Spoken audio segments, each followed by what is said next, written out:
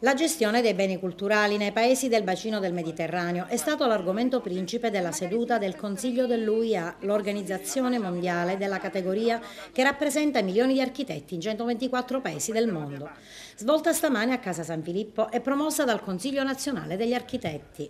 Oggi il Consiglio nazionale degli architetti ha offerto alla città di Agrigento l'opportunità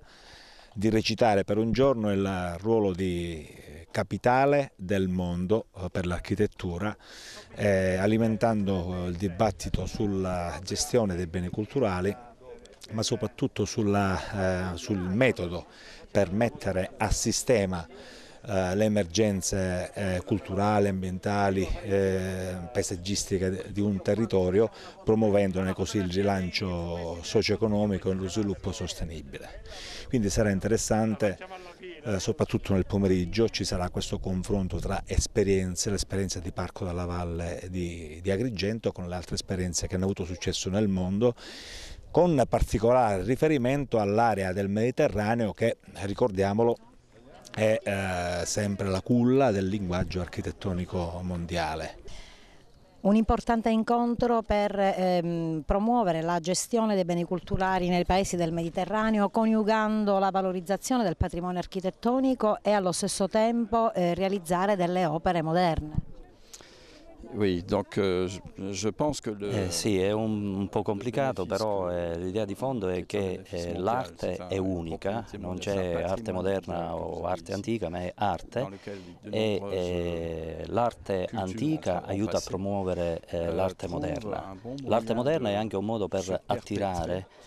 i visitatori in un sito dove si trova l'arte antica e quindi in questo modo si crea una sinergia che aiuta poi a promuovere comunque il sito.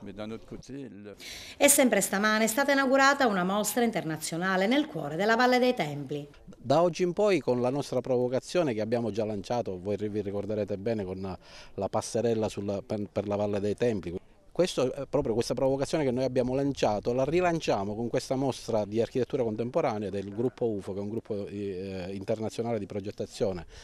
Un importante momento che pone al centro dell'attenzione degli architetti e dell'ordine mondiale la Valle dei Templi. Sì, dopo i riconoscimenti che abbiamo avuto dalla stampa, è un ulteriore riconoscimento della bontà del lavoro che si è fatto dentro la Valle dei Templi e ci incoraggia a proseguire all'interno di queste prospettive che fondamentalmente sono indirizzate anche